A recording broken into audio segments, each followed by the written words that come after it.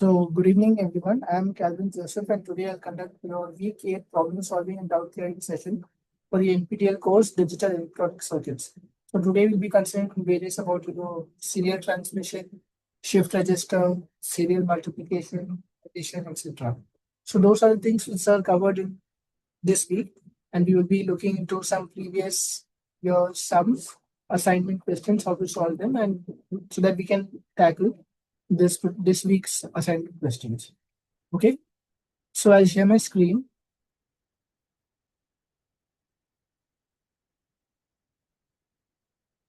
So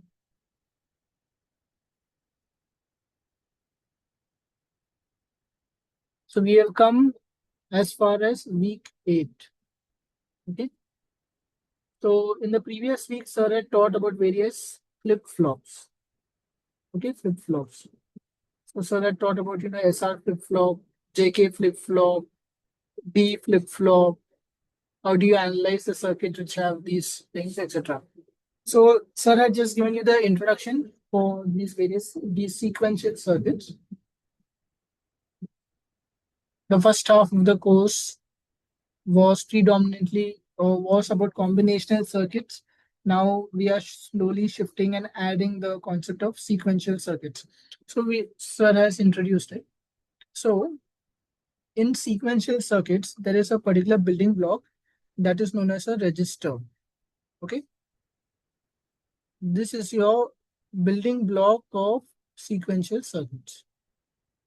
And this register is made up of flip-flops.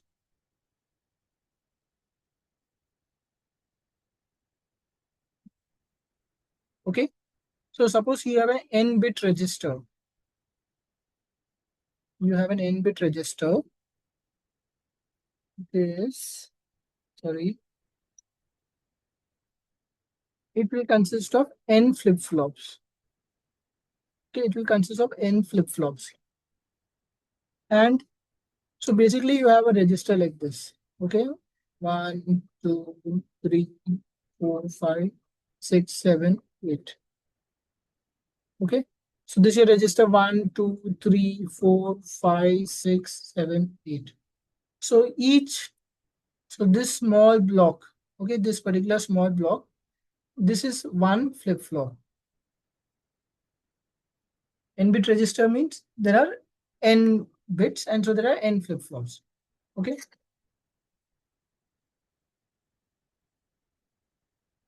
So this is regarding the registers and flip-flops. Now, how do you transfer data? Like this register can hold 8-bit data. Okay, since it has 8 flip-flops, it can store individually 8 bits. Now, you don't just, you have stored something. Now you want to, you want to access that, or you want to read it, or you want to write some other information to that. So how do you do that in the cases of registers? One is you can have, let us go for 4-bit case. You have 1, 2, 3. Okay. You have this register A, which is of 4 bits. Okay. Now it has some data. Let us say it has A0, A1, A2, A3. Those are the bits of the register. There'll be another register B. Okay. It has B0, B1, B2, B3. Okay. Or you assume that there is nothing stored. Let us assume nothing was stored. You want to take the information in register A and send it to register B. How can you do that? One option is you can send it all like this. Okay. So what is happening over here? This parallel out. That is the data and the information is sent out parallelly. And here the data is coming parallel in. Okay. This is how the data is coming in. Then there's another extreme case where we have, your A0, A1, A2, A3. Okay. This data is coming here. So this is what? Here it is going serial out. Here it is going serial in. So this is the SISO case, SISO case. This is the PIPO case. Okay. So what is the drawback? What is the advantage when we see this approach? In the parallel case, it is fast. It is fast. In the SISO case, it is a little bit slower because it requires, one bit at a time. It will transfer one bit at a time, right? It is transferring one bit at a time. So it is slightly slower. But in the case of this 4-bit parallel case, you need 4 wires. You would need 4 wires. While in this case, you only need 1 wire. So what you're doing is you're having lesser hardware requirements. Your speed does take a hit. So this is like how it's in life, or in engineering and various other aspects in designing of products, everything. You cannot have every good thing all at once. There's something which you have, if you give priority to something, something else will get neglected, right? And if you try to optimize something, some other thing will become unoptimized. So you have to find, the correct balance in your products and everything. So this is just two approaches are shown. Next, we can have a serial in, parallel out. Okay. So suppose this is your register. This is the data coming in serial in. Okay, it will go into some 4 bits, etc. But it can send out the data parallelly. It can send out the data parallelly. This is serial in, parallel out. Then you can have the case of parallel in, serial out. That is, you have this register here. Okay, here the bits can come like this, but the data can go only one at a time. So this is S out. The data can go out only 1 bit at a time. Okay, so there are various things are there, but this is for you to just briefly understand that the register is the building block for sequential circuits. Once you have this register, which is the building block, how do you send data? Like you want to read data, you want to write data, you want to send data. For doing that, there are various options. It could be parallel input, parallel output, serial input, serial output, serial input, parallel output, or parallel input, serial output. So there are various ways you can see. So now what you should kind of understand is when you're taking data serial out, right? This is a destructive reading.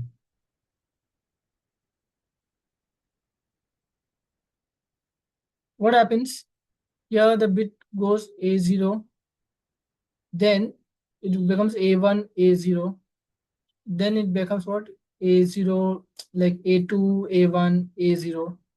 Then it becomes A3, A2, A1, A0. While it is doing now, all these bits are coming out, out, out. The bits are coming out. So it is a destructive reading. Well, in the case when you're reading parallel out, you're just reading the values. Those bits are not changing. Their positions are not getting changed. Nothing like that is happening. Okay, so parallel output is non-destructive. Serial output is destructive reading. However, there is an approach where you can, connect it in feedback. You can connect it in feedback. That is the bit which is going out, you send it again in. So the information which you are sending out, it is again coming back in. So there is a feedback. When that happens, then your information is not being lost. Okay, so that is certain things which you can consider. Okay, so this was about registers. Now, there's a very important register which Sir has discussed and talked a lot about. That is known as a shift register. Sir, may I have a question here? Yes, yes, yes, yes, yes, yes. Yeah, you just introduced that serial in parallel out, like in that type of example, you said that the data is being shifted serially, and it has to be feedback to have that particular data to be reappeared on that particular register, right? Yes, yes, yes, But yes. this has not been implemented in SIPO type of registers like this. Like it should be. You are saying that it should be implemented practically like this. No, in certain applications, you may need it. You may need that value to be saved. Then you need that feedback. In certain cases, you may not even need that value to be saved. That is, you just put the information in and you just send out the information out. You don't need to retain information. Then you don't need the feedback. Okay. It is not So always. it is a requirement. It can be a requirement for some applications. Yes, yes, yes. Correct, correct. No, it depends on the application. Like there are certain cases where you are, this is your information, right? Here is the information, and this information is going out. Serially, it is going. So it is going one bit at a time, then the next bit goes, then the next bit goes, everything, it will go one at a time, right? So if you are taking the feedback over here, so this is the serial out, and this is the where the data is going serial in. Okay. So you if you send it in a cyclic fashion, you will get back the bits. But there are certain times you have some external information you need. There's some external information which you need to send. There's some external bits you need to send. In that case, what is done is they add a mux. They add a mux arrangement in which this, depending on the mux, let me draw a better diagram. Let me just modify it a bit. Okay. So this is where your serial input data can come. Okay, you can have a mux which will select what mode you want to operate. If it is 0 here, 1 here, this is 1 and this is 1. So this is internal. Internal bits will come over here. Here is some external bits or external information. Okay, or the message or everything, anything you are sending in. So depending on the select line is 1, the select line is set as 1, then the external data will be shifted inside. Okay, will be shifted into the register. But if the select line is 0, then the internal data which was being sent out as well is fed back. Okay, that also is fed back. So in this way, your this register can be configured both for, it can also store that data which is already present in it, or it can, new data can be written into it. This approach also is there. Okay, sir. Okay. Thank you. Okay. So this has been regarding this. So now there is something which Sir discussed extensively, that is known as the shift register. Shift register is basically your information you are shifting. You're shifting it, like let us say this was information was 110101. Then I forgot to tell, but something which is very important when you consider registers, since it is sequential circuits, is something known as your clock. You have a clock. The data, the information is manipulated based on the clock. Okay, so suppose this F clock is there, and this is a shift register. The register can be in such a way that it shifts right. Data can shift right. Okay, so this data can be some external data. Then what will happen? What will happen to the register? It will become 1, 1, 0, 1, and 0. So this is the new data. Then when the next clock comes, what will happen? It will be X, X, new data, 1, 1, 0, 1. Okay. This is because it is working in right shift mode. Okay. It can be configured in such a way that the data could go also in this information. Then it is known as left shift. Okay. So you can have right shift operation, you can have left shift operation also can be possible.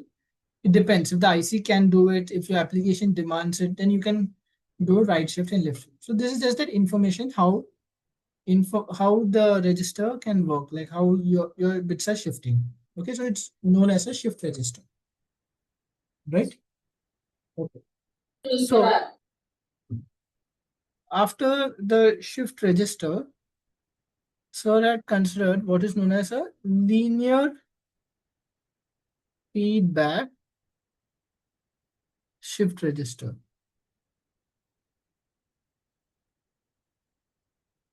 Okay. So what does it mean is, let us say you have this register. Let us say it has 4 bits. Okay, made it big. 4, 5, 6, 7. So this is what? This is your X1, X2, X3, X4, X5, X6, X7, X8. Okay, this is the data in. Okay, this is known as your serial data in, or that is denoted as X0. Here you have a linear function. You have what is known as a linear function. Okay. And based on these bits, X1, X2, all that, you send it out as X0. Okay, you send it out as X0. So what is this linear function? Okay, what is this linear function?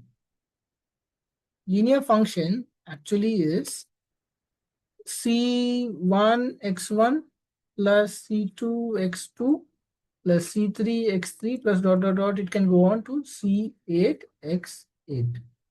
Okay, now this is like addition. You may say it is addition, but this is not addition. Over here, the plus, this is not just plus, this actually is XOR. This is XOR function. Okay, and C1 could CI, it could be ith, right? 1 to 8. It could either be 1 or 0. Okay, it means either it is connected or not connected. Okay, accordingly, you will make your function. Okay, so your function, suppose your f of x is equal to x raised to 6 plus x2 plus 1. What it means? That means this is connected, this is connected, and 1 means it is going over here. Okay, it means it's going over here. So this block, what it means is, it means you have, let me draw it again. You have x1, x2, x3, x4, x5, x6, x7, x8. So this is your, so you have actually, you'll have an XOR gate, okay, which is getting x2 and it is getting x6, and that is being sent as your serial input. Okay, that is being sent as your serial input.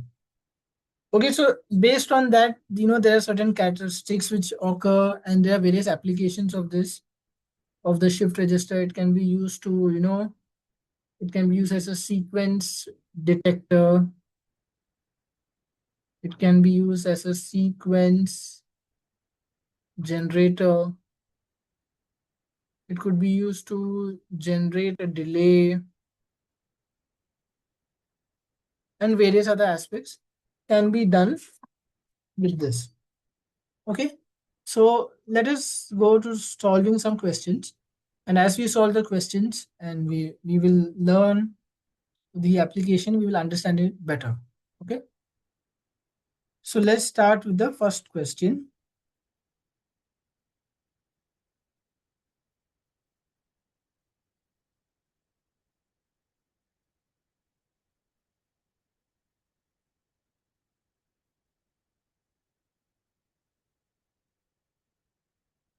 Okay, so we have a 16-bit binary number. 16-bit is common, like the various registers are 16-bit. 16-bit information is very common. You have 32-bit, 16-bit, 8-bit, okay, like that. So you have a 16-bit binary number. Now you have to store the 16-bit binary number in a register. So how many flip-flops do you need? Can you tell me?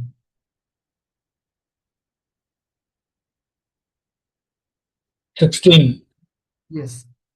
You need 16 flip-flops. You would need 1 flip-flop per bit. Okay. So let's go to the next question. Okay.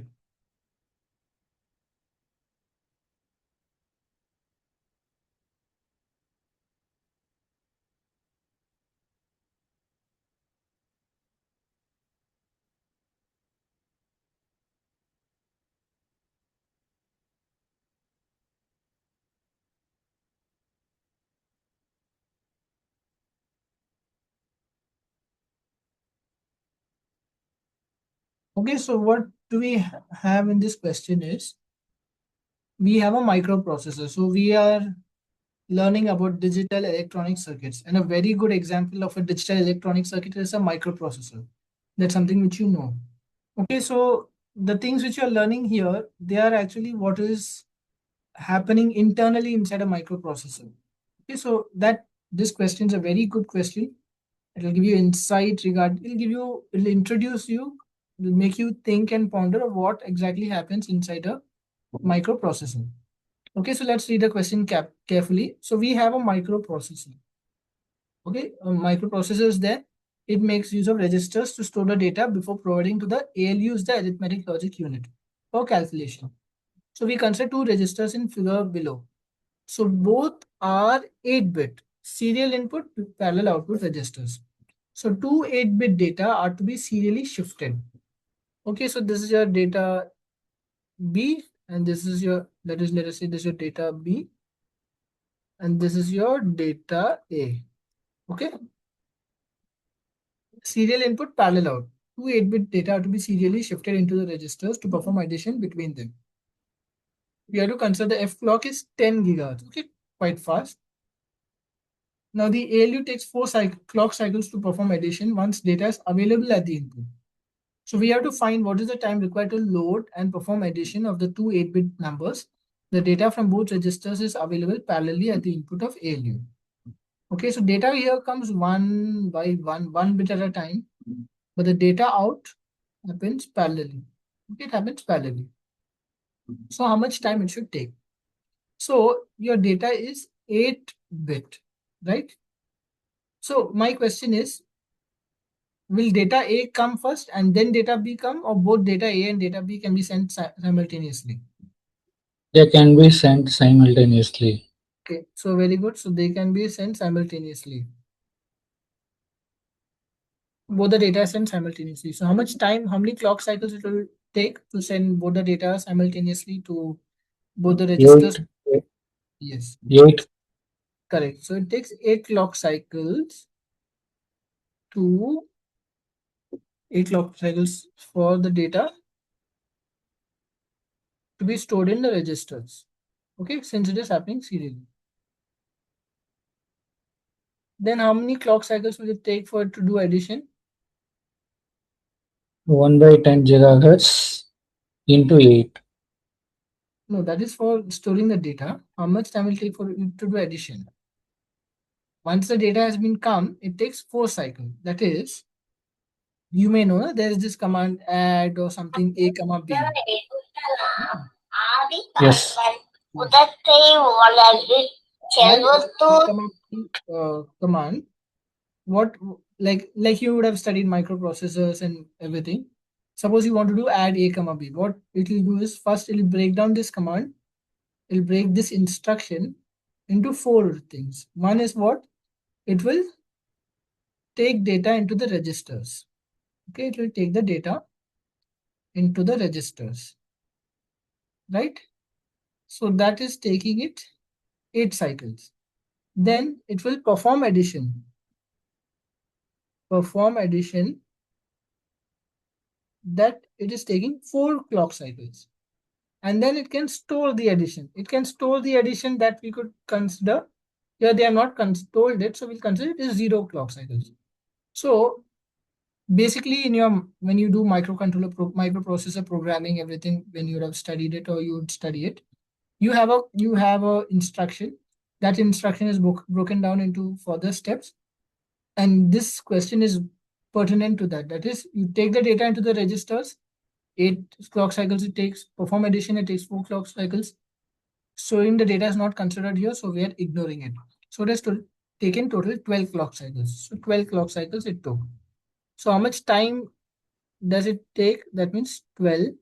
And what is your clock frequency? Is 10 gigahertz. So 12 10 into gigahertz. 1 upon 1 by 10 uh, into 10 power.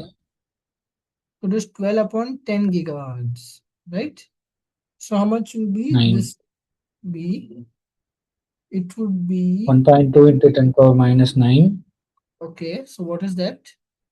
It is 1.2 nanoseconds. right? 1.2 Yes. nanoseconds. So if you see the options, you will get 1.2 nanoseconds. Okay. So basically, like, you will appreciate how fast things can go. So if your clock frequency is high, here is 10 gigahertz. 10 gigahertz is so fast. So that means you can send the data into the registers, and then your ALU can do the addition and it can proceed. So the higher the clock frequency, usually it is more faster, although it is not always the case. Hmm. Suppose you made your ALU much more efficient such that it took only 2 clock cycles. Then you can reduce the frequency, etc. There are various other aspects. Okay, so this was one question, a very nice and interesting question. So let us go to the next question, which is regarding a 6-bit shift register. Let us see the question.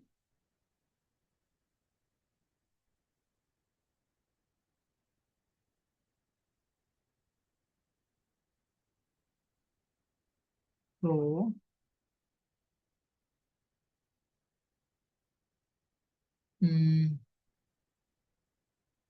this question 3.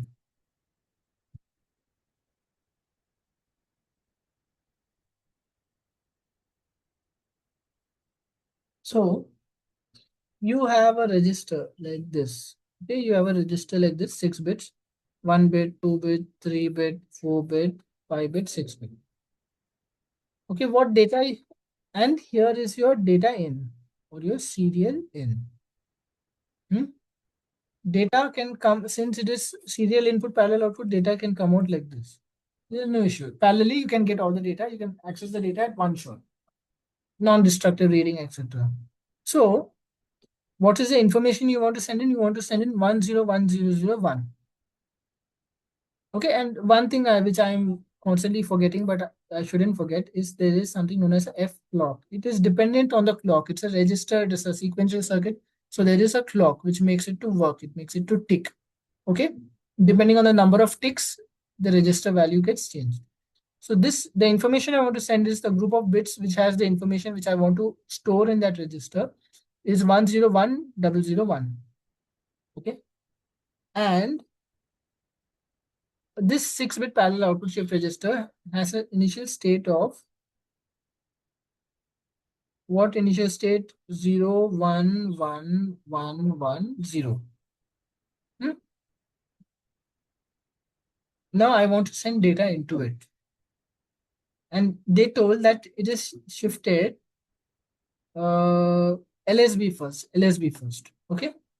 So what I do is we will be using many kind of things, right? So what will be a better thing to do?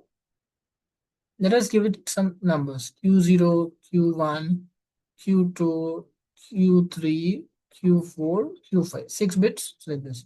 So you have Q0, Q1, Q2, Q3, Q4, Q5, and yours, and then you have your serial in, the data you want to send, and clock. So clock is initially, clock is first clock has not yet come. This was the initial condition of the register, right? And the information which you want to send, what is the information you want to send is, information you want to send is 101001. But first the LSB will go. First information you will send is what? It will be 1. It will be 1. So the first clock comes, what will happen is the SN will go to Q0, so that will become 1. Rest, this will go like this. It will go like 10 okay. 10111110. Why it will go like this, right? 1. Yeah. Okay. Then last 0. Yeah, last, the next information which comes in, let us use a different color to make it better. 0. Okay, 10. Now let the second clock comes. When the second clock comes, what goes in is the information goes in 0. Next, the bits are shifted accordingly as per this, so it becomes 101111. Okay, 1. next, yes. So next, the next bit comes, so that again is 0. So then the next clock comes, and so No, then sir. It is lastly it is coming as 1. where? Here, There is only three ones are available in the second clock. There should be four ones. in the second clock. Why? Yeah, Okay, let's go one by one. So initially, so Sn is 0. So the second clock comes, Sn will come, it will be 0. Okay. yeah, yeah, This will go here 1, this will go 0, this will go 1, this will go 1, this will go 1. Right? yeah. Then that last one, the Q4, Q5 one have to come to Q6, right? No, there's no Q6, no? No, no, no. There's Okay, Sn. okay. Yeah, yeah. This is the data in. This is the data in. Okay. This is the data which is coming in. This is the serial in data, right? Okay, So this is these Q0 to Q5. This is the 6-bit register. Okay. okay. Yeah, And this is your input data. Data in is this one. This is your data in. Okay. yeah, yeah, yeah. Understand. So LSB has come, so 1, then 0, 0. Now we'll see at the third clock pulse what happens. So it becomes 0 here, right? And then again here it becomes 0, 1, 0, 1, 1. It is happening. The register has got updated. Now the next information, next bit we should come. That will be this one. So 1 comes here. Then your fourth clock will come. Fourth clock comes what? It will happen. The data input will come here. So it will be 1 over here. Then the bits will get shifted. So it will become 0, 0, 1, 0, 1. Okay. So we have gone to the fourth clock pulse. Now the fifth clock pulse will come. So again 0 comes here. And so when the fifth clock pulse comes, the data will come over here. That is 0. And then according to the registers operation, it will go 1, 0, 0, 1, 0. Okay. So very good. Then the next information will come. That is 1. And at the sixth clock pulse, what we will get? We will get the data input which is coming will come over here to the first bit. And then according to the, the shift register operation, the bits will get go. So it will go 0, 1, 0, 0, 1. Okay. So this is how the registers are, that's how the shift register is being updated in the clock, based on the clock. So now they are asking us to see what will be after fifth clock pulse, what does the register contain? Okay. So after the fifth clock pulse, what does a register contain? It contains this 0, 1, 0, 0, 1, 0. This is what it contains. Okay, this is what it contains. So let me reiterate. Okay. We had a 6-bit serial input parallel output register. Parallel output means you can read it instantaneously. You can see what is the value of the register. Okay. But serial in means only one bit at a time will go into your register. And this is a shift register. That is the bits are being shifted from left to right. Left to right. Now, I want to send some information into the register. That is this information. This is the information I want to send. But instead of my register being all 0, 0, 0, 0, 0, it has some other value. Some other value is there. Some other initial condition is there. So then, based on the clock, the data is being sent in and the register is being updated. But what I want to bring to your notice is my information which I want to be stored is only, I should only access it after my sixth pulse. I should only access it after my sixth clock. If I access it in the fifth clock cycle, the information which I'm accessing is wrong. It is incorrect, right? It is incorrect. Only after the sixth clock pulse, then only I should read the output. Otherwise, there's no point. The information which I'm reading is wrong. Okay, so this kind of timing, etc., will be there. Your microprocessor and all those things will be doing it, will be taking it into account, and there are various other aspects. Okay, just the advantage with these questions which have been framed is you get to, kind of appreciate how these registers work, what is the timing constraints, everything. Okay, step by step, you can understand. All right. Okay. So now let's go to the next question.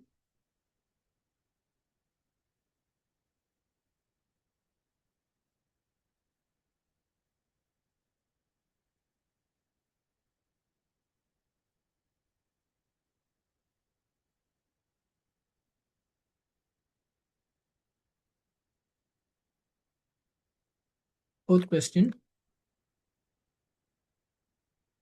So again, we have a serial input, parallel output, shift register. Okay. The initial value of register is 000, and the time required to transmit the input, which is again 1001. So as I told, how many clock cycles you need to transmit the data correctly?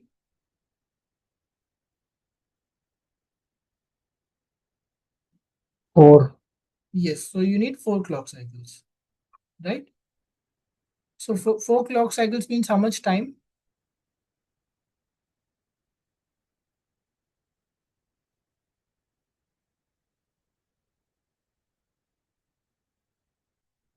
1 microsecond. Yeah, 1 microsecond. Correct. Okay. So you would need 4 upon 4 megahertz. That is 1 into 10 to the power minus 6. So it is 1 microsecond. Okay, very good. Right? So that a page.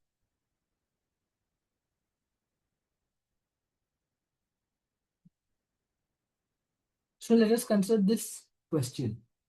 This is of the type, that linear feedback based approach, right? So I'd like to just point out that this meeting will end in 1 minute. I will again restart the meeting with the same link. So you can join in the same link. Okay. So because this is the issue, because I don't have the premium version of Zoom. So that's why the meetings are No constrained. problem, sir. Hmm. No problem, sir. Let us join. Hmm. Please save this.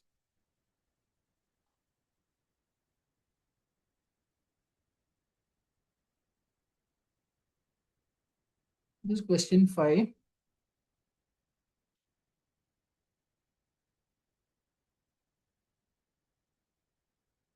Over here.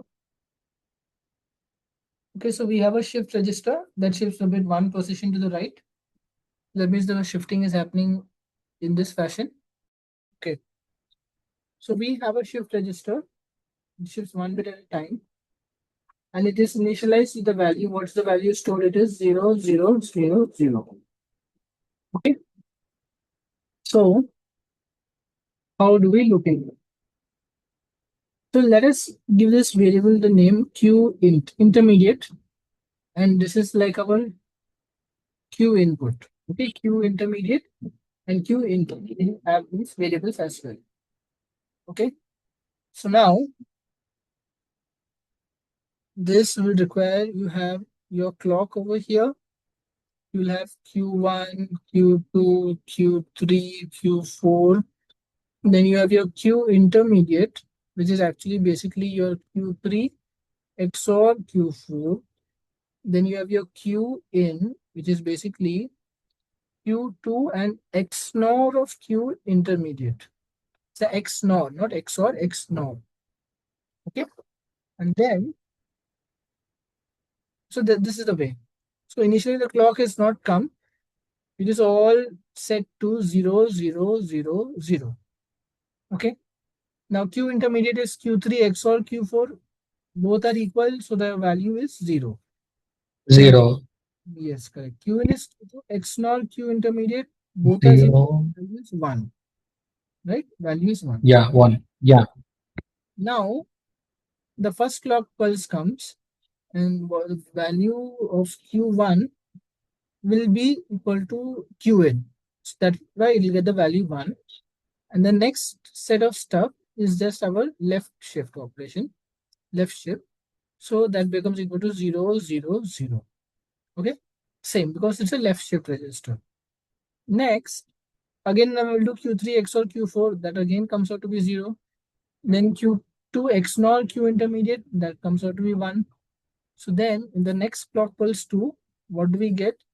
We get 1 over here. And then again, based on the simple left shift operation, it becomes 1, 0, 0. Sorry, it's not left shift, it is right shift. Okay, it is right shift. Okay, so it becomes 1, 1, 0, 0. So again, your Q intermediate is Q3 XOR Q. 0. So that again is 0. And Qn is Q2 XNOR Q intermediate. So that is going to become 0 because they are not 0. correct. It is 0. Okay. So now the third clock pulse comes and then the value gets shifted. That is 0 comes over here. And then according to the right shift, it becomes 1, 1, 0. Okay. Now Q3 XOR Q4 is 1. And Qn is Q2 XNOR Q intermediate. That is 1 XNOR 1. That is 0. 1. Right? 1 Q2 XNOR Q intermediate. That is 1 and Yeah, 1. yeah, it is. So it becomes like that. Okay. Then the fourth clock pulse come and then the value gets Qn comes over here. So it becomes 1.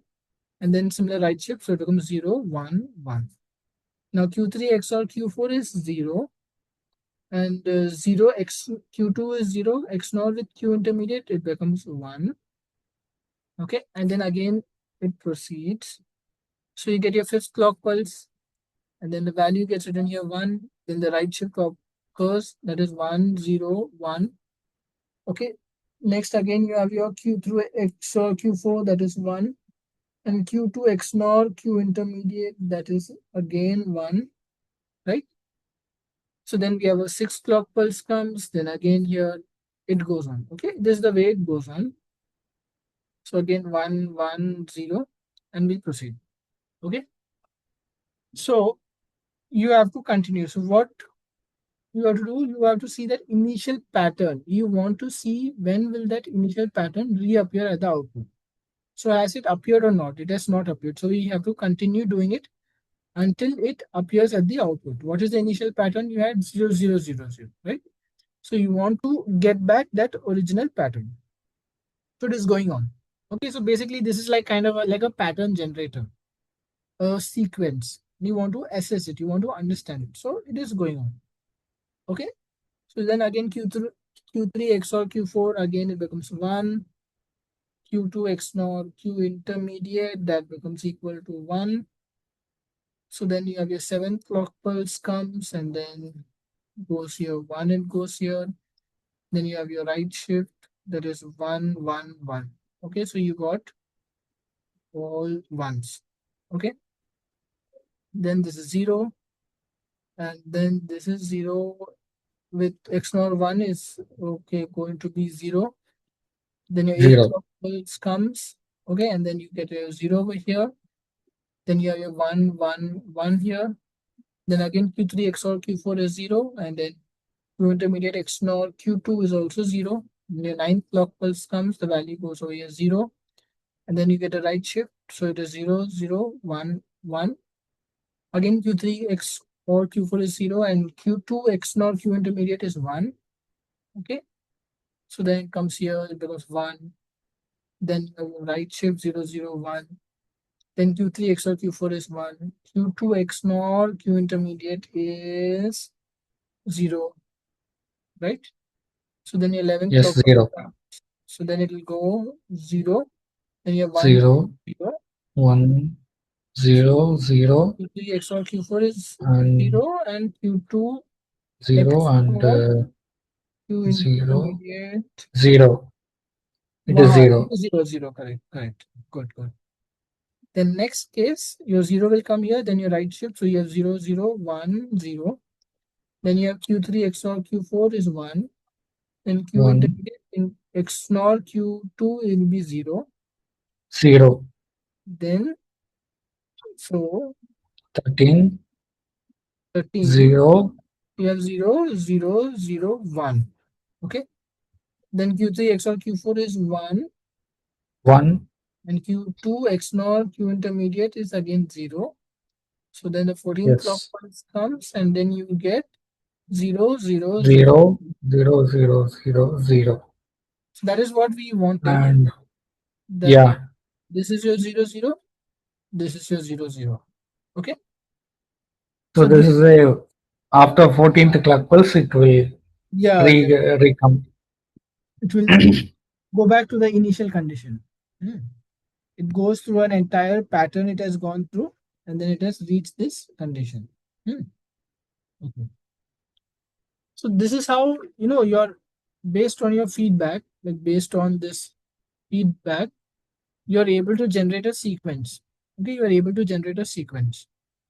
It is different. Like it's kind of like a random sequence. It is not like it is happening sequentially, but it is not like clearly defined. This will come, then this only should come, that only should come. It's not like that. You're generating some kind of sequence. Okay, like that. Hmm. So let us proceed to the next question now. This one. Okay.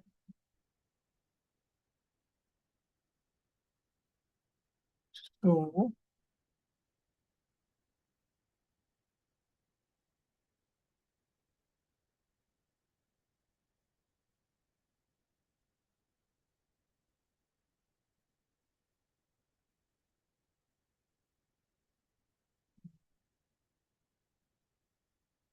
this is question 7.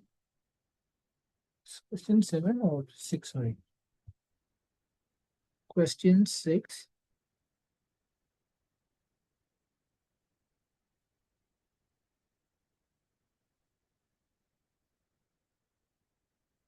Okay, we want to do left shift. It should work in left shift mode. Okay, if you want to work in left shift mode, what should happen? Okay, so you have this IC 74958, and you can see you have two clocks are there. Okay, two clocks are there, and you have QA, QB, QC, and QD. You want it to work in left shift. That is what you want. You want QB, which is there, to go to A. You want QC to go to B because they are the inputs, and you want QD to go to C. Okay, you want that to happen. So let us check for a case of QC. Or let's try one case. So you have QC over here. It is over here.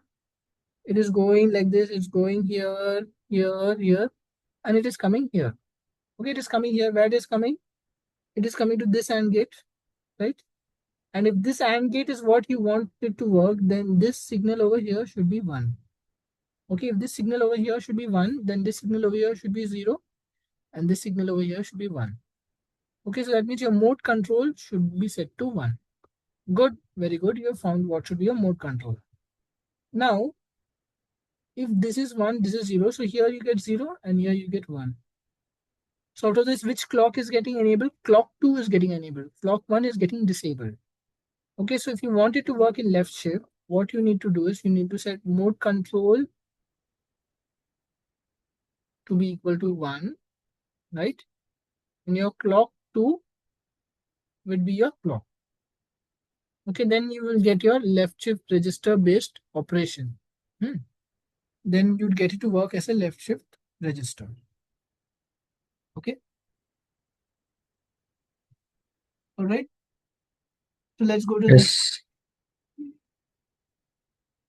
next question. Okay, 4-bit Johnson counter. Hmm.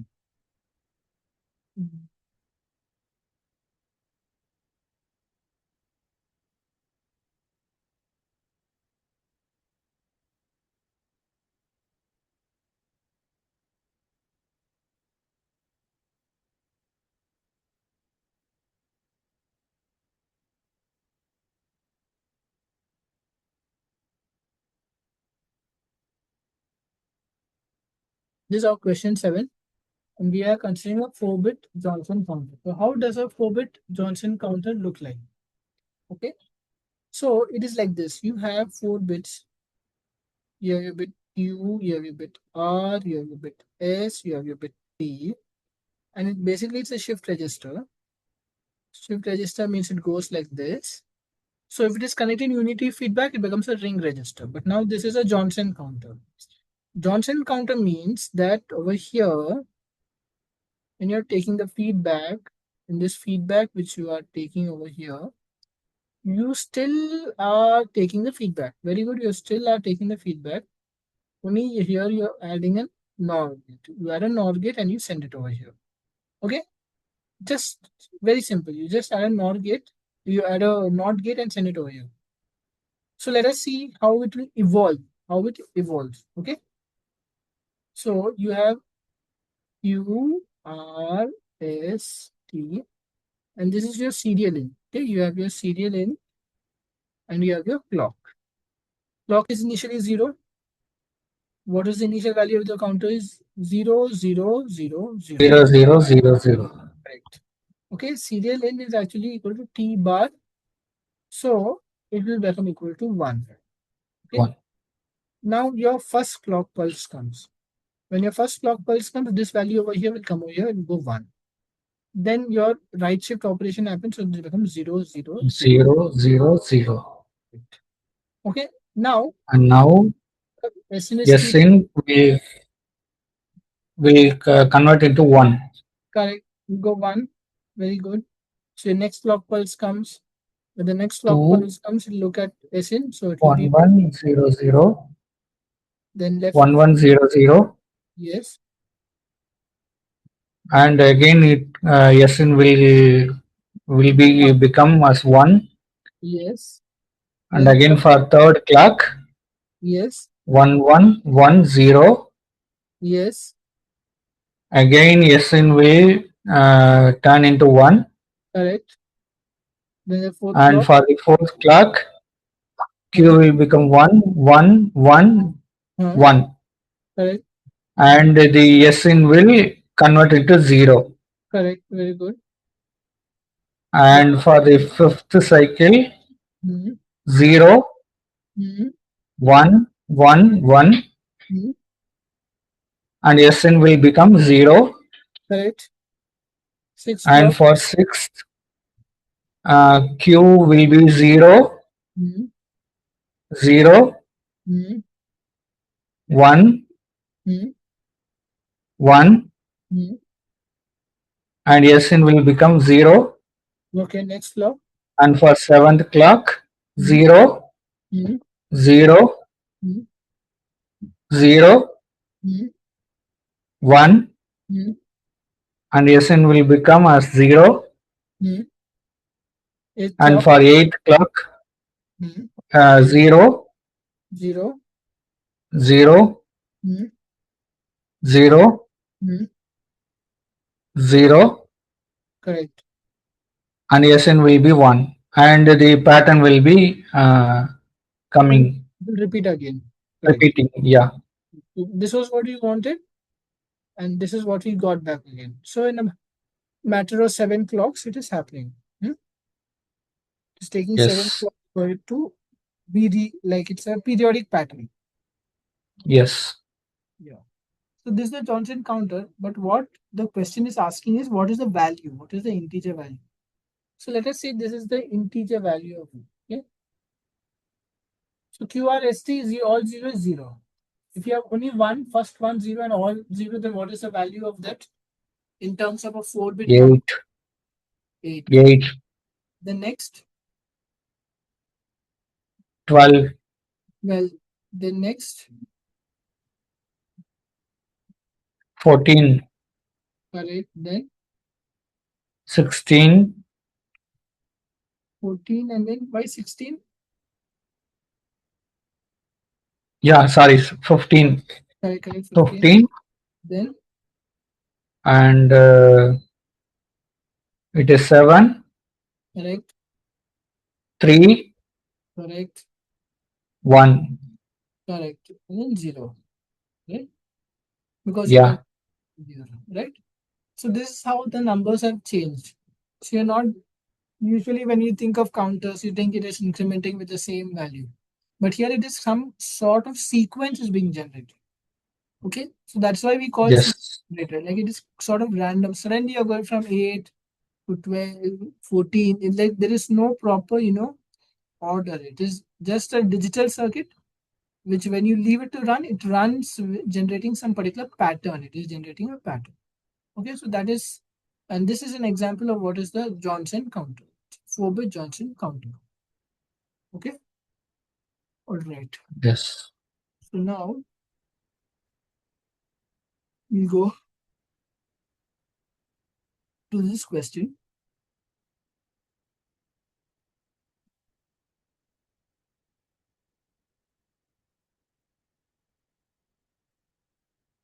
This here.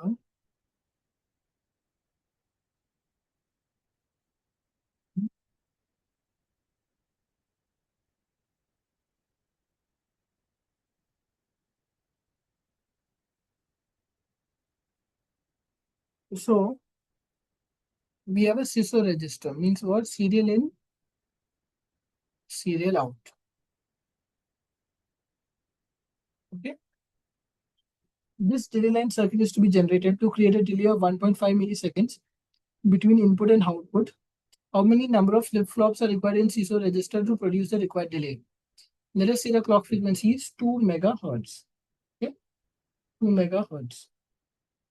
So now, with this particular clock frequency, so what is our T clock then? What is 1 upon 2 megahertz? What is T clock? Wait, 1/2 is 0.5 and 0.5 microseconds. Correct, very good. So it is 0.5 microseconds. But the time delay which you need, it is 1.5 milliseconds. Okay. So your time delay would actually be equal to the number of flip-flops required into your T clock. So what would that value be?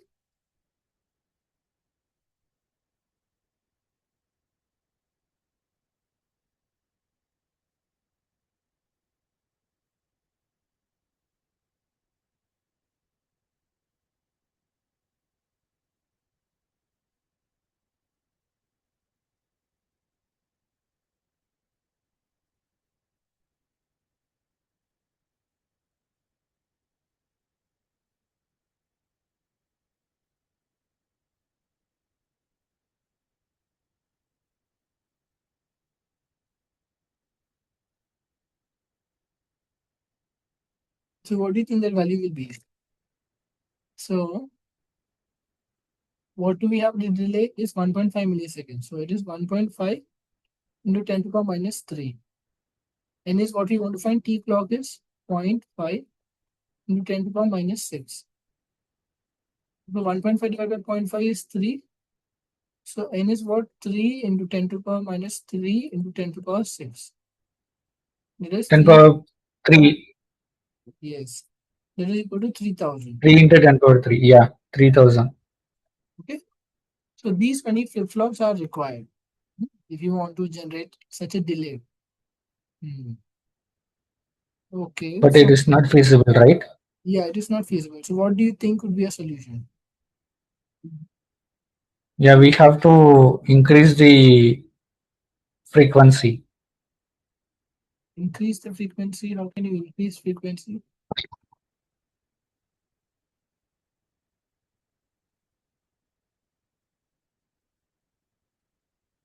Because Clock frequency, frequency, right? your frequency is 2 megahertz. Yeah. Your time clock is 0.5 microseconds. So you want to increase the clock time, right? To increase the clock time, then the number of flip-flops required will be lesser. So you Yeah. want to increase this, so your F clock, you want to reduce it, right? You want to reduce your F clock. So what you could do is instead of having, like 3000 flip-flops and you delay, it is very difficult because all of them have the same clock. Okay, all of them have the same clock. So as you're saying, what we must do, we must reduce this clock. So you can use what is known as a clock divider circuit. Okay, clock divider circuit.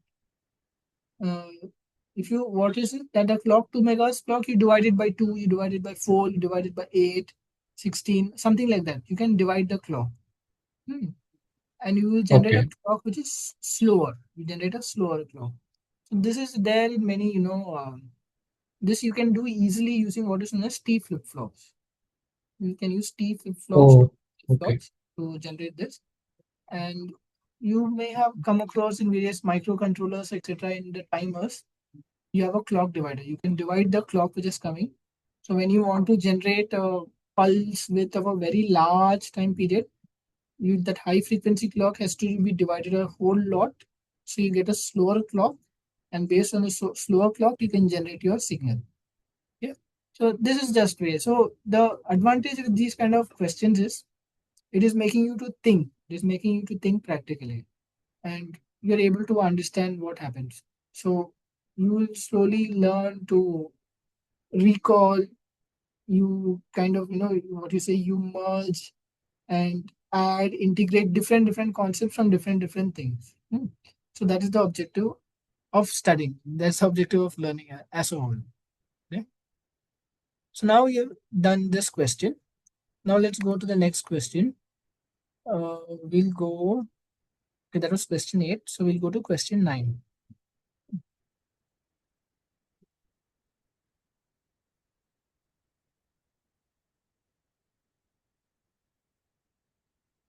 So this is regarding a generator polynomial. Okay. This is regarding this question. Okay.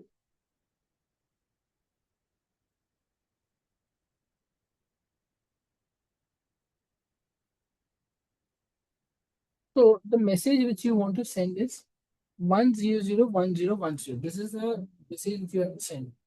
But what happens is you'll have to add certain bits to know that it is correct. It is that at the receiver end, you know it is correct. The information you got is correct, or has there been any error, etc. What you do is you add certain bits to this information. Okay, you would have studied, if you recall some previous weeks, I think 2 weeks prior, we had studied regarding Hamming code, etc. Okay, you Yes. put parity bits at some particular sequence. Okay, so this is also another kind of approach which you have. This is a CRC approach, like a cyclic redundancy check, it's called. Okay, so how does this work is, so you have this generator polynomial x4 plus x3 plus 1. So that means what you have flip-flops. Okay, you have 4 means you have 4 flip-flops. Okay, that's the highest That is order. X power 4. Yeah, okay.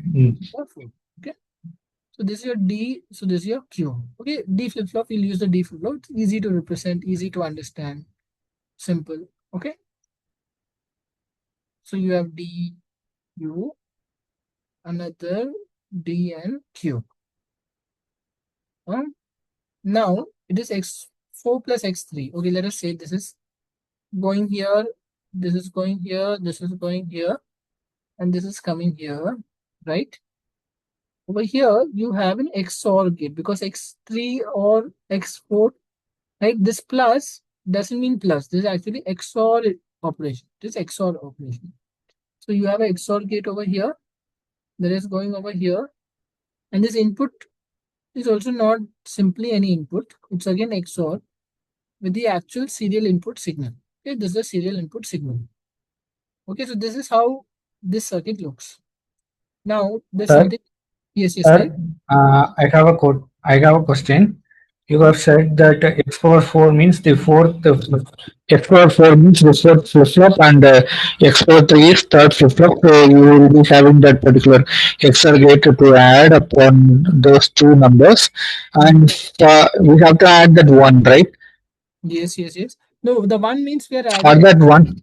x to this point to the input side. Okay, that is on the yes side, right? Yes, yes, yes, yes, yes. Okay. If there is some constant like 3 or 4, means how can we No, do no, no. this? Then Yes, usually there doesn't be any. I've not come across anything where it is +3 or something. It's usually +1 only. Just +1. okay, okay, Ah, yeah. yes, yes, yes. Okay. Okay. So these flip flops, we will give it some numbers. Let us say this is 1, this is 2, this is 3, this is 4. And the very important thing, which is it is like kind of like given, but it's good to show it, is the clock. Okay, there's the flip flop. It's a synchronous circuit, sequential circuit. You need a clock. Okay, we've added a clock. So to make it understandable, let us say this is Q1, this is Q2, this is Q3, this is Q4. Okay, this is your D1, this is your D2, this is your D3, and this is your D4. Okay, so now uh, this is like some intermediate state. So let us give it a name Q intermediate. Easy for us, right? So now let us again we have to draw the overall table. We have to draw the table. Let us also remember that the message which we want to send, the message input message which we want to send is 1001010. Okay, this is a message which you want to send it in. This is the data you're sending in. So we have what? You have your Q1, you have your Q2, you have your Q3, you have your Q4. Okay, then you have your input message which you're sending in. Then the Q intermediate variable. What is the Q intermediate variable? That is Q3 XOR Q4. And then your what is the input D1 which is actually coming in? It is S in XOR Q intermediate. Okay. So let us start. And you have to remember you have a clock. Okay. Initially, what is the value? Let us assume since no value is given, you assume all are zero. So all the registers are set at zero. Okay. And your first bit is being sent. Okay. There is one is being sent. Okay. So our one is sent over here. Okay. One is sent over here. Now, what is the intermediate Q int is Q3 XOR Q4. So what is It is Q3? 0. It is 0. And what is S in XOR Q intermediate? It is 1. It is 1. Very good. So this was when the clock was 0 clock. Now the first clock comes. And what value comes at Q1 is what is at D1? So that is 1. 1 has come. And then the same shifting is occurring. So when the same shifting is occurring, it becomes 0, 0, 0. Okay. Now what has happened? 1 has come over here, 1 has come. Now the next bit has to come. That will be 0, right? 0 has to come. So you get 0 over here. Then again, you do your Q3 XOR Q4. What is Q3 XOR Q4? 0. Okay, 1 minute. So it also becomes 0. Then what is your D1? That is S in XOR Q. 0. Again, it is 0. Okay, it is again 0, correct. Now your next clock comes. The value which was stored over there comes. So that is 0. And then the shifting occurs. So it becomes 1, 0, 0. Okay, so this is the value. Now the next input comes. Next input is bit is again 0. So this is 0. 0. Now what is Q3 XOR Q4? 0. It is 0. What is then SN XOR Q? 0. That also is 0. Okay. So now your third clock comes Third clock. and then 0. you get your 0 over here. Then the right shift occurs. So you get 0, 1, 0. 1, 0. okay. Then And again 1. it comes here. So that is your 1. Okay. Then your Q3 XOR And Q4 Q into also 1. will be 1. Good.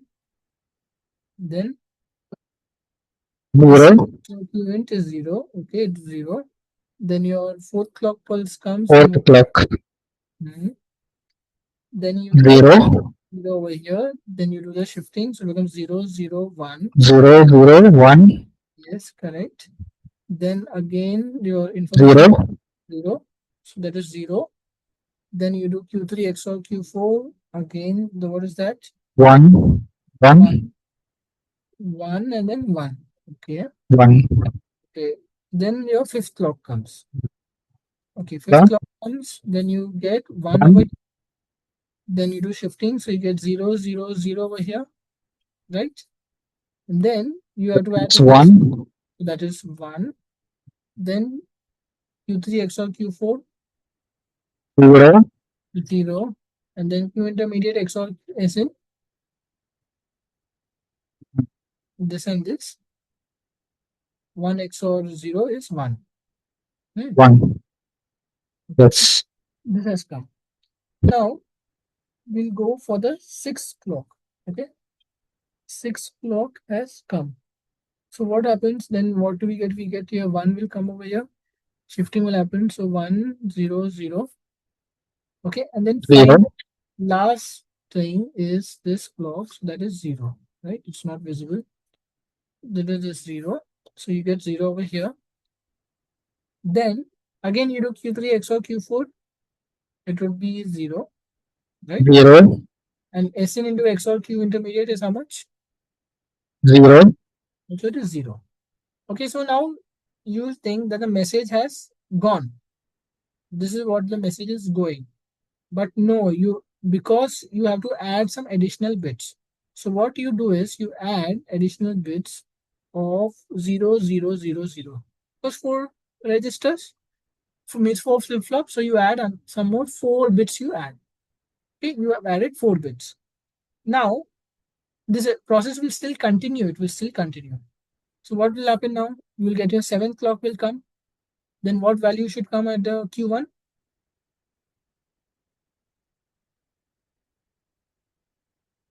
It is 0. Correct, it will be 0. Then again left shift, so 1.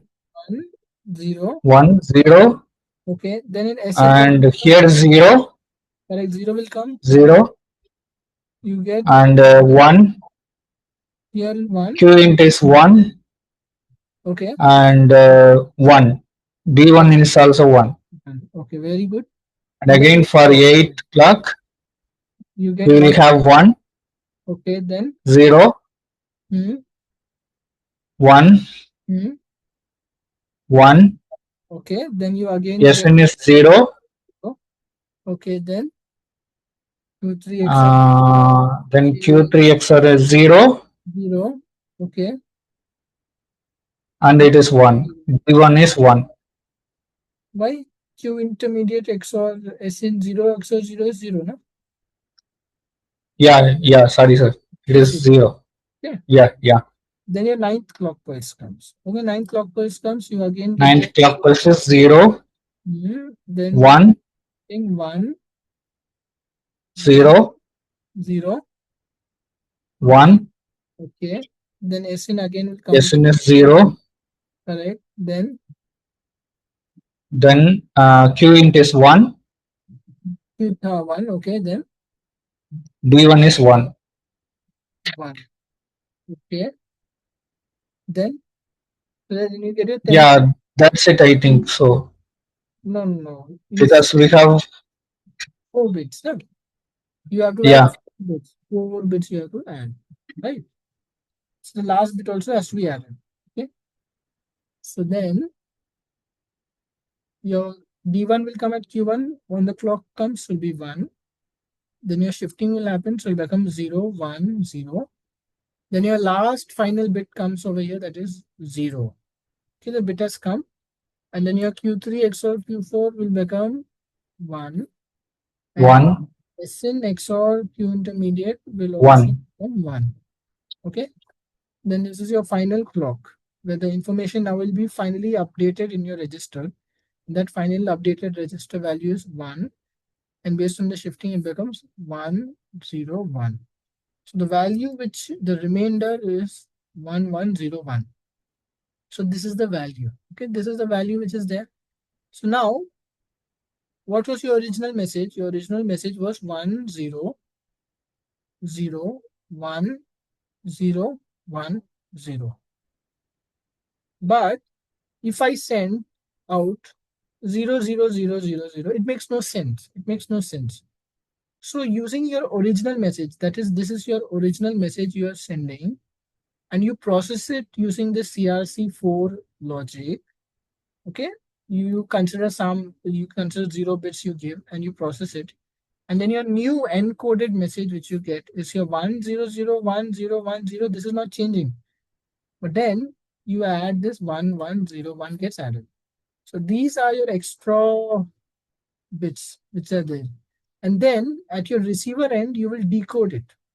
Now you have encoded it, then at the receiver end you decode it, and at the receiver end so let me write it carefully. So this was your original message. Okay, this is your original message which you want to send. No. Okay, let us say this is your original. Your original message is 1001010. This is your original message. Okay. What do you do then? You pad it. You padding it with some bits with 00 all them. What does that do? It generates an encoded message. It generates an encoded message. Once this message is encoded, what it does is it will pass it serial. So you have serial transmission now. Okay. Serial transmission is there. And at the receiver end, what do you get? Receiver end also you should get 1001010101101. Then what you do is you decode this message using this CRC4 implementation. And what you must get at your receiver end should be 1001010 and these extra remainder bits, that is 0000. So these are your remainder bits. Okay. And this is your original message. Okay. So now, in case this part is non-zero, that means there was an error. Okay, that is an indicator of an error. Okay. So this way, when you're doing, serial transmission, you're sending bit by bit by bit, and you're able to use the shift register and you're able to update it in such a manner that you generate some set of sequence of bits which can be checked at your receiver end as well, and you know that the message which you have sent is correct or not. Okay. So this is the logic for this. Sir, if we want to decode means we have to use the same logic circuit Yes, like yes, correct, we correct, have correct. deal with this particular one. Yes, yes, same logic Okay. circuit. Hmm. Same logic circuit you will have to use. Okay. So the meeting will end now in less than a minute. So I'll again restart the meeting on the same link. Okay, we'll continue. The further questions are left. We'll solve. Okay. Yeah. Let us go for question 10. You get the question.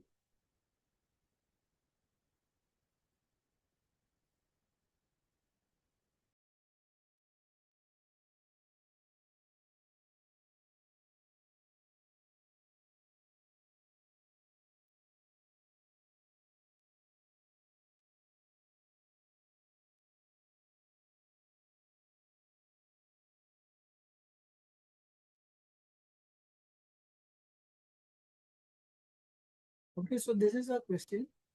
This is like a reasoning true or false kind of question. Okay. So we have linear feedback shift registers, LFSR, which we have seen various examples about that as well. Okay. And then you have what is known as pseudo random noise PN. So there is, a subject that is statistical process and random variables and random statistical analysis, various other things. Basically, what they do in those subjects is that, life is that they try to create something random. They try to understand what is the probability of certain random events and everything. Okay. So there is, so for that, you need to generate a random pattern. So to generate the random pattern, this linear feedback shift register will work. Okay, we saw like if these are the initialized values, then how you generate a pattern, how after some 10 or 12 or 15 clock cycles that pattern is regenerated. We saw the example of a Johnson counter, right? Some pattern is being generated. And that pattern doesn't have, some sort of, logical sense that, that it will be plus 2 or it will be plus 5 or it will be plus 5 into 2 or something. It is a random pattern. Okay, but it is a one which is repeating again and again. Okay, it's a random sequence. So now we have to see what is true and what is false. All right. So one is you have, it could be true, one is it could be false. So one by one, let us see. A PN sequence is deterministic and periodic. Yes, it is periodic, and yes, it is deterministic. Once you do the simulation or you see how the output changes. It is going to be fixed. It will not suddenly change. Okay. It is not truly random. It is not truly random. Hmm. Then a PN sequence with sufficiently long period, like we just saw for 4-bit case, but suppose it was a 24-bit case. Just assume you have a 24-bit case. So PN sequence with sufficiently long period exhibits properties of random sequences. Yes, it could. Because in the intermediate state, in suddenly you are just seeing for 10, 20 samples you're taking. The 24-bit case can generate 2 raised to 24, or it can generate 24. It can generate a large amount. It can generate a large value of periodic sequence it could generate. But suppose you are just seeing for some small portion. This is a very large value, but you're just seeing in a very small portion of it. So that time it will exhibit properties of random sequence. So that means the second statement also is true. Now, a m-bit LSFR is needed to generate a maximum length sequence of 2 raised to m minus 1. Okay, this also is true. Maximum length, that is, you set the feedback coefficients in such a manner, you select and you decide, you test it, you simulate it, and you check. You can get a maximum length sequence of 2 raised to m minus 1. So suppose you have a 24-bit one, it is 2 raised to 24, which is a very, very large value, minus 1. Okay, such a large sequence you can get. It is a periodic sequence, but the sequence is so large. Okay, so that is why it can behave like a random sequence. Hmm. So first three statements are true. They are true. Very nice. Let us go to the fourth statement. In a LSFR, it is not always possible to find a set of connections from flip-flop output to parity generator, which will yield a maximum length sequence. This is false. You can find. Okay, you can find. And then in a m-bit LSFR, a necessary and sufficient condition for obtaining maximum length sequence is to choose even number of taps which are co-prime with respect to each other. This is a necessary condition, but it is not a sufficient condition. So that is why this also is false. Okay. Oh, I see my mistake. I'm sorry. I've interchanged true or false. So these fourth But and fifth. we have to find what is a false statement, right? Yes, yes. You have to find what is the false statement. So your correct answer is 4 and 5 only. Hmm. Yeah. Yeah. Okay. Right. Very good. Let's go to the next question. Hmm. Next question is regarding serial multiplication.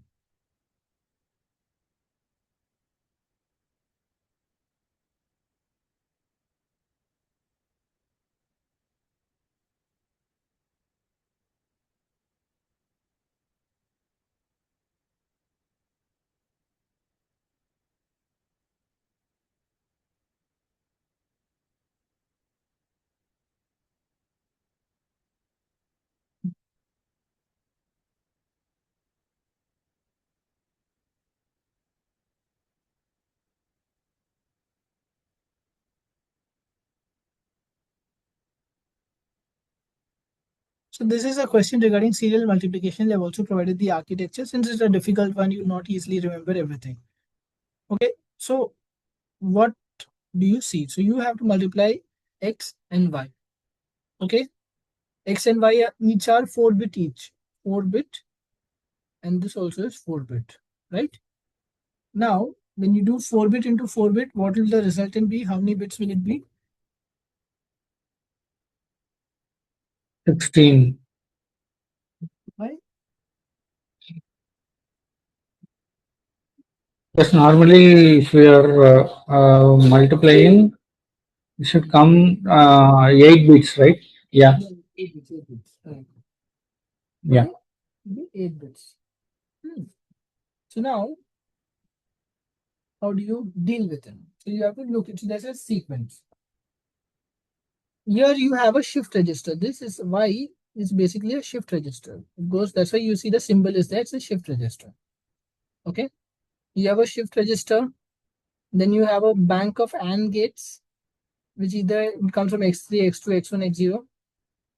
And then you have this register which will store your resultant. It's like a resultant storage thing. But since this is a sequential circuit, it is not a combinatorial circuit. It will go recursively, it will go sequentially. So what it does is M0, it will send to M0, it will take and send here. M1 also will take, M6 also will take, M5 also takes. Okay. So now what you must notice is you have a 7-bit adder. You don't have an 8-bit adder. Okay, you have a 7-bit adder. And the M0 will go to your A1. Okay. Okay. So let us say this is a 7-bit adder. You are adding 7 bits. Which bits you are adding? You're adding A7, A6, A5, A4, A3, A2, A1. Similarly, you have B7, B6, B5, B4, B3, B2, B1. So it is a 7-bit addition. Okay. What is not being considered is your A0 and B0. Those are not being considered. Okay. And there is a reason why it is happening and how it is happening. So now let us say, so we'll go step by step. So you have a 7-bit adder, and the addition is basically confined to this. Okay, it is confined to this. Now, what is your A7 to A1 and what is your P7 to B1? So your A7 to A1 actually is, right? What it is? This is your M7, this is your M6. Sorry, no, it is not like that. It is actually your M6, M5, M4, M3, M2, M1, M0. So basically, by selecting these combinations, you're kind of generating a left shift. It is not exactly a left shift, but your left shift register, but you're connected it in feedback in such a way it kind of produces a left shift inherent into this sequence. Okay, it is generating in this sequence. Very good, great. Now, what should be done? So we found out what is this. We have found out what is this. These parts we have found out. Now, what is your B7 to B1? Okay, this B3, B2, B1 are here. This is your B3, B2, B1. Okay, and the rest will all be 0, 0, 0, 0. Okay, rest all are 0, 0, 0. Okay, and B0 is the AND operation. It just directly goes over here. Okay, it directly goes over here. You don't do the addition. Okay, so now we will see how this works. Like, how does this sequence generate? How does this serial multiplication actually happen? Okay, let us consider it. Hmm. Okay. So till here, any questions? No, sir. Okay. I think this type of implementation is being used in DSP processors like an MAC multiplication blocks, right, sir? So I exactly don't know. I exactly am not sure. Okay, yeah, okay. I think that it is being like that only. Multiplication with accumulation like this. Oh, yeah, yeah, Mac, no? Maybe it may be. Mac, yeah, Mac units are being there, right? Yes, yes, yes, yes, yes. Oh, okay, okay, okay. Yeah. So Suresh, like, you're a student or you are a faculty? Yeah, I am faculty in engineering college. Oh, college where? It's in a government college in Tiruchirappalli, Tamil Nadu. Oh, okay, okay, okay. Nice, nice, nice. Yeah. Actually, I am also from Tamil Nadu, but I don't know Tamil. Okay. So, Oh, okay, okay. Which part of Tamil Nadu, sir? like, my grandparents all are settled in Chennai. In Chennai. So, Okay, okay. Yeah, I, yeah.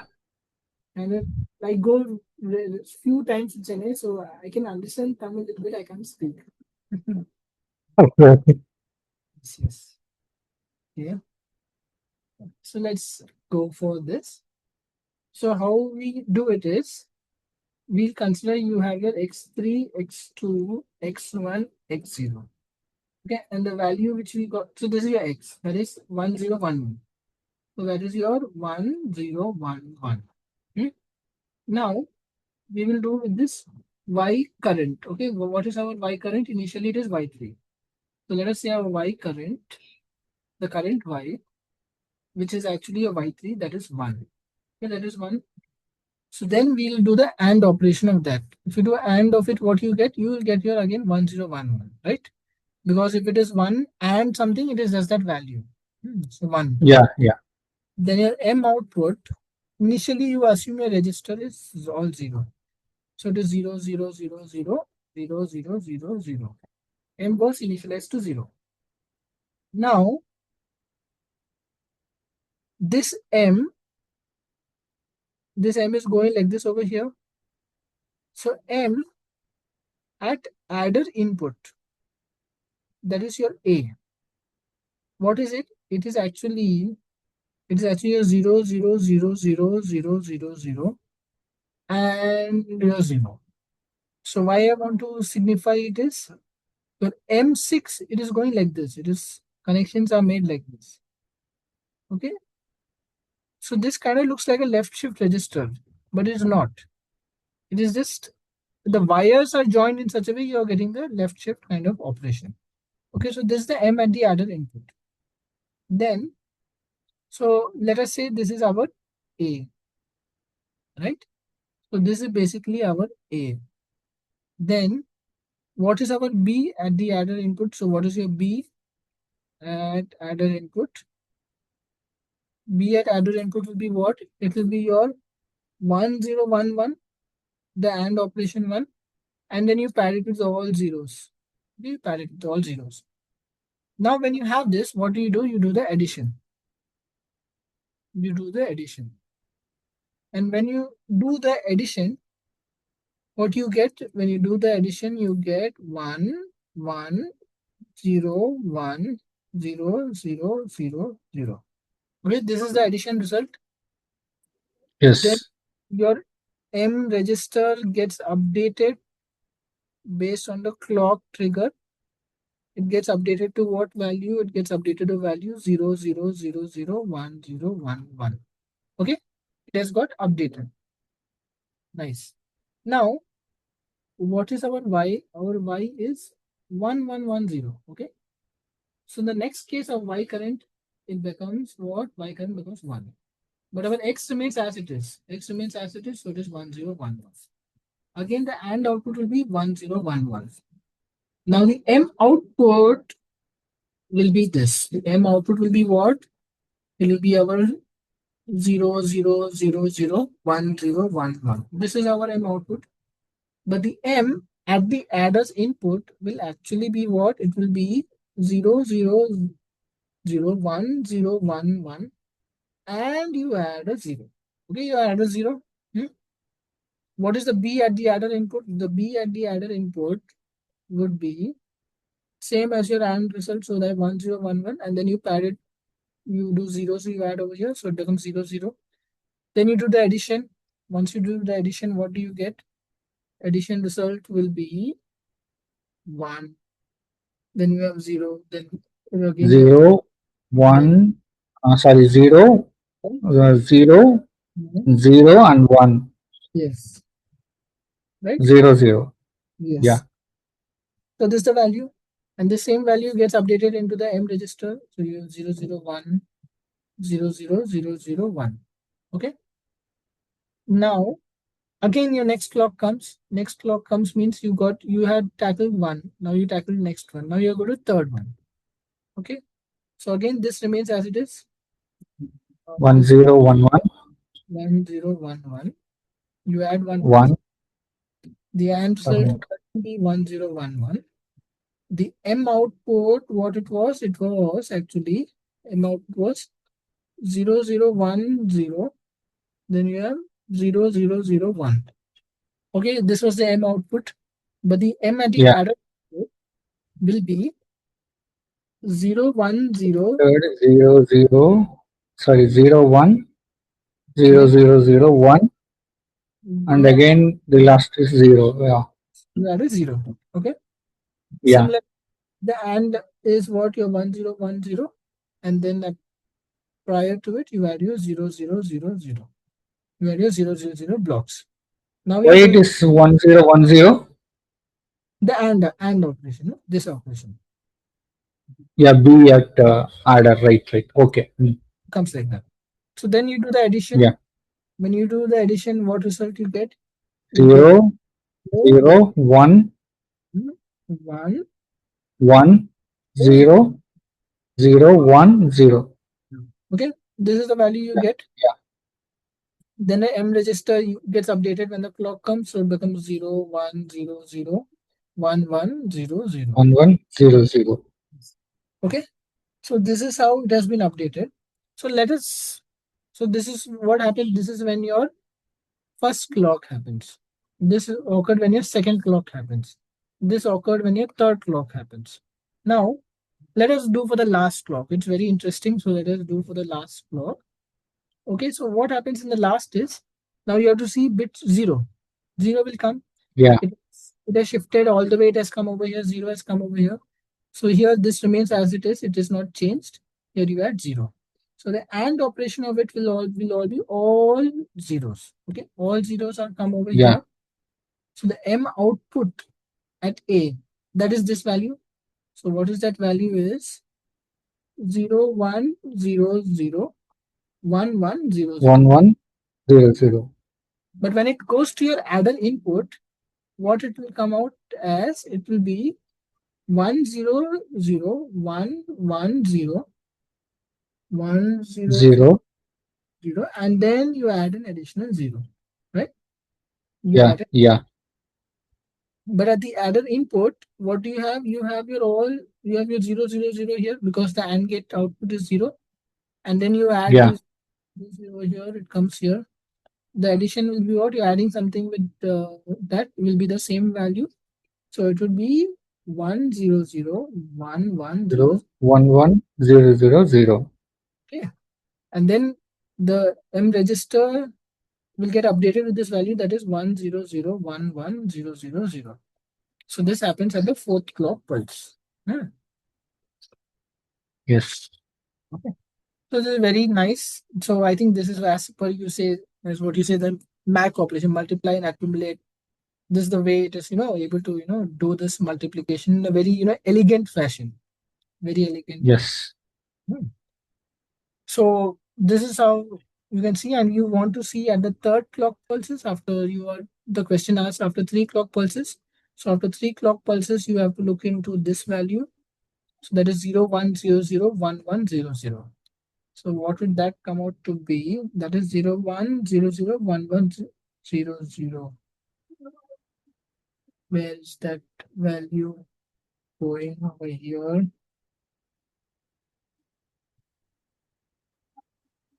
Mhm.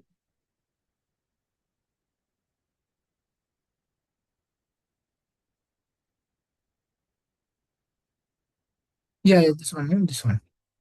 Value A. Yeah, it is value A. No, there's a 1 also there, right? There's something is. Last one is missing, I think so. Mm. Yeah, yeah, yeah. Oh, yeah, we made a mistake. I made a mistake here. This is 1. Yeah, let me rub it. It is 1, 1. The addition result will be 1. This when you rub it, it should, Yeah, probably it will 1. Yeah, it should be 1. then it is okay. Yes, it is okay. So then, 0, 1, 0, 0. so 0, 1, 0, 0, 1, 1, 0, 1. Right? 0, Yeah, 1. okay. Mm. Because this is how it would be. And if that is the case, then this would, let me rub this. This will be changed. This will get changed. So this will be 1, this will be 1, this will be 0. So what will get changed? So here it will just become, it would be 0, 1, 0, and this will be yours 0, 1, 0. Okay, that's how it goes. Okay. Yeah, so you have to be careful. It is very difficult. Yeah, but I think once it is built into the hardware won't make silly mistakes like how we make. So that is the advantage of Yes. this. Hmm. Mm-hmm. Now we'll go to the next question. This is similar to what we had checked. Maybe we can see it. Mhm.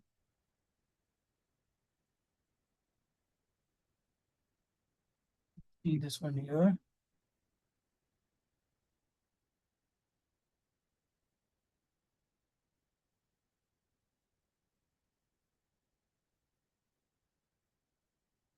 This is come over here.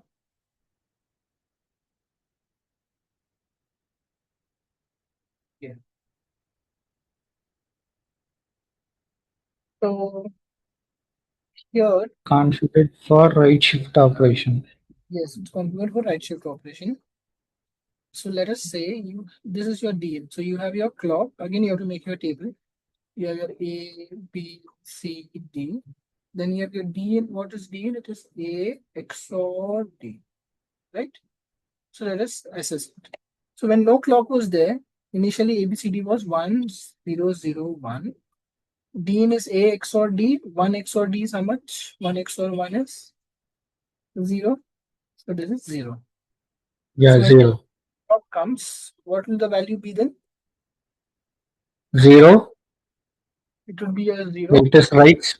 It is right shift. Yeah, zero, 0. 1, 0, 0, Yes. Okay. Then again it will and zero. also 0. It Good. is zero. Yeah, Then your next clock comes. Then again two, here. Yes. 0, 0, Yes. 1, 1. Yes. And then 0, 0. Yes. And then AX or D is again 0. 0. Right. So then it will proceed. Third clock comes. You get the value gets over here. Then you do the right shift. So you have 0, 0, and then 0, 0, 1. yes. Then you do Again, it is 1. this becomes 1. Okay. Then the Yeah, fourth pulse comes. You get the value 1 here. Then you do the right shift. 1, 0, 0, 0. 0, Now you and do your 1. D is 1. okay, good. Then your fifth clock pulse comes, the value Fifth gets one, 1, then 1, 1, 0, 0, 0, 0. Okay. Then AX or and D it is D is 1. is 1. Okay. Yeah, Then sixth clock pulse comes, the value or comes 6 clock pulse. 1, 1, 1. Okay. 1, 1, 0, 0. Okay. Then again you have your and AX D is 1. 1. Yes. Seventh clock pulse comes, value comes over here 1. Then how it happens? 1, 1, 1, 1, 1, 1. 1, Okay. AX or D is and what? it is 0, This is 0. 0, Good. Then your eighth clock pulse comes, then the value 0, 0, then what comes? 1, 1, 1, 1, 1, 1. Okay, then AX or D is how much? 1, 1. Okay, good. Then the ninth clock pulse comes, then this value comes over here, that is 1. Sorry. 1, 0, Then you get your 0, then 0, 1, 1, 1, 1. Okay. Then AX or D will be 0. D is 0. okay. Then the 10th clock pulse comes, your 0 comes here, then your right shift happens, which would be 1, 1, 0, 1. 1, Okay. Then you have your A, 0. which Sorry, is 1, 1. oh, 1. No, no, it is 1. Yeah. Yes. Then your 11th clock pulse comes. 1, Then what do you get? 1, You 1. Okay. 0, 0, 1, 0, okay, then what is AX or D? and D is 1. AX or D is 1. Okay. Then your 12 clock pulse comes, then what do you get over here? You get 1 over here.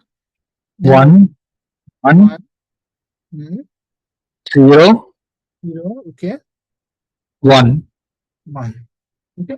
And So, D is 0. okay, so this is what we had initially also. Yeah, Okay.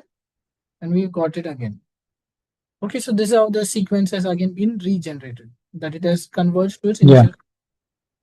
Okay, so this is how we can, see how many clock cycles and everything it is taking. Okay. It is 12.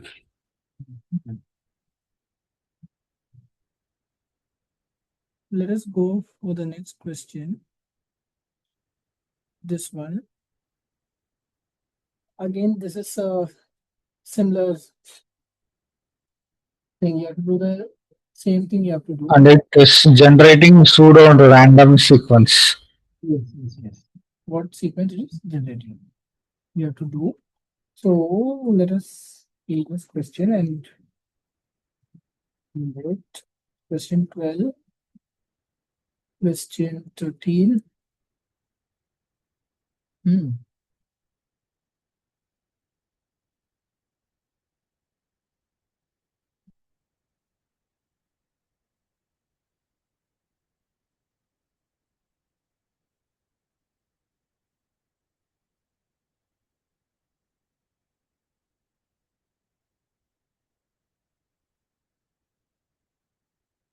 Yeah.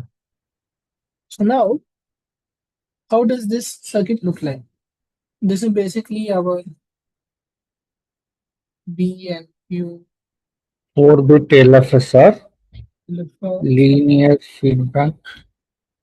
D and Q, D and Q, 4 bits, right? Then you have your, what happens in this case, it is linear SFR. It doesn't, with external feedback, that is feedback happens over here only, it doesn't happen anywhere else. So this gets connected like this gets connected, it's connected here. So then this will go like this. Okay, this is something. So you have to do x3 plus x2. This is what? This is your x3. This is your x2. You do XOR of that, right? And that is fed over here. Okay, that is fed over here. Then you have clocks. You need to have these clocks. That is your clock you have here. This is your clock here, clock here, clock here, and your clock here. Okay, this is the way. Now, the problem in this question, or the difficulty which is there in this question, which I faced while solving it, was here they have not told what is the initial condition. So you may just say initial condition is 0, 0, 0, 0, 0. You assume it is all 0, 0, 0 over here. Okay. Now you tell me what is this is what this is your x2, this is your x3. What is x3, x or x2? What is the value of that?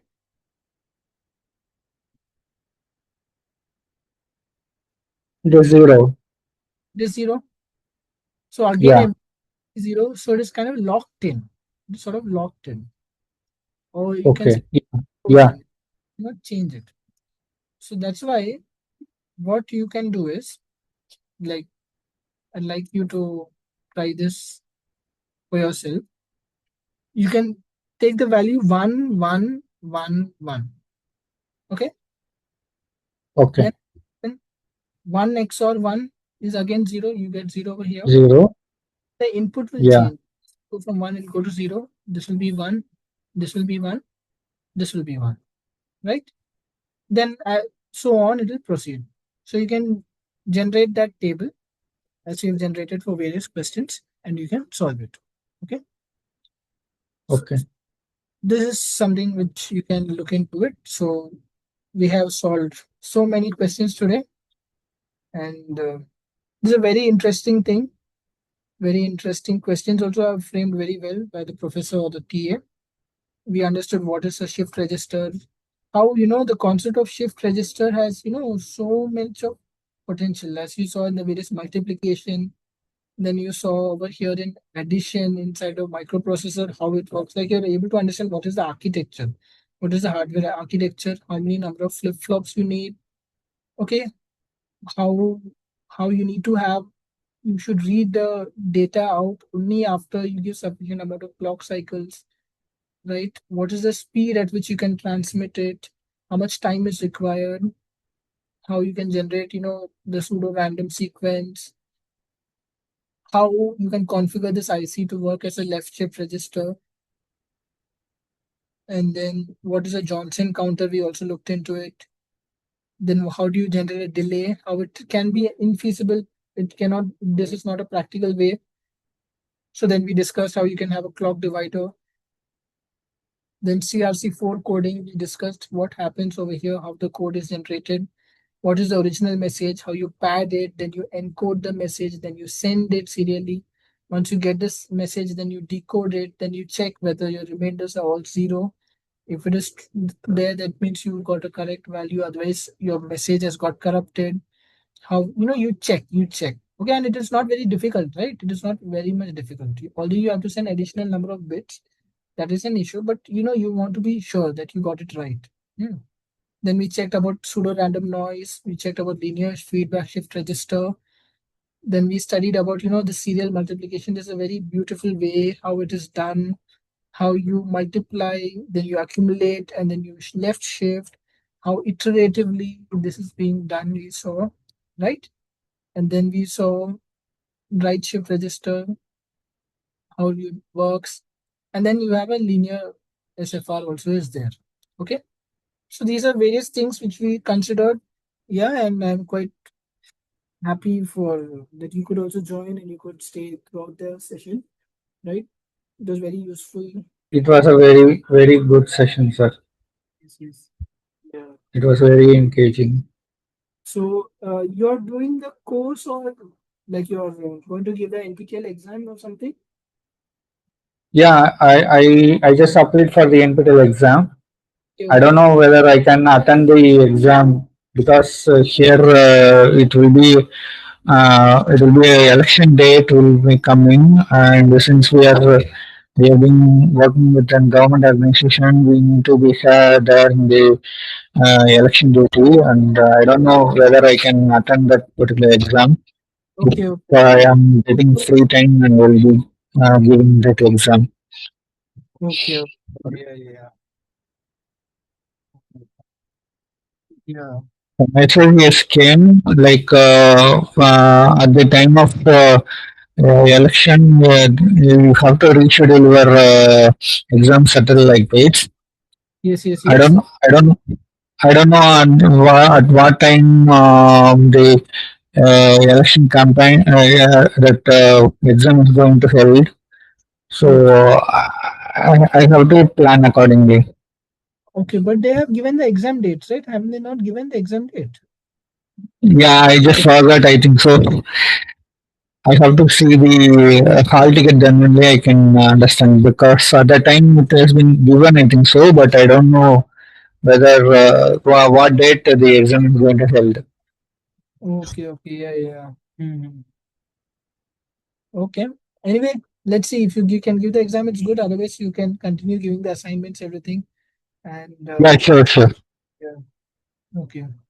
It is a very interesting course. It's a bit difficult, and congratulations, you have been till here. Many people they give up Yeah, in all. Yeah. Okay. Okay. Thank you for yeah. joining. Thank you. Thank you, sir. Bye bye.